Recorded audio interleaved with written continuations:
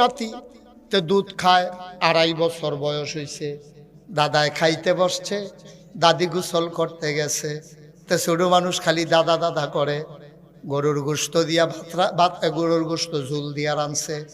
এবার শখ কইরা নাতির মুখ ঝুলওলা ভাত দিছে। তে ও মাগু কইয়া চিল্লান দিয়া লুল ছাইরা দিছে। হি হি হি। কারণ তার হইলো দুধ খাওয়াই না মুখ, তারে দিছে তরকারির ঝুল, ঝাল ঝুল দিছে পরে হেতো লুল ছাইরা দিছে।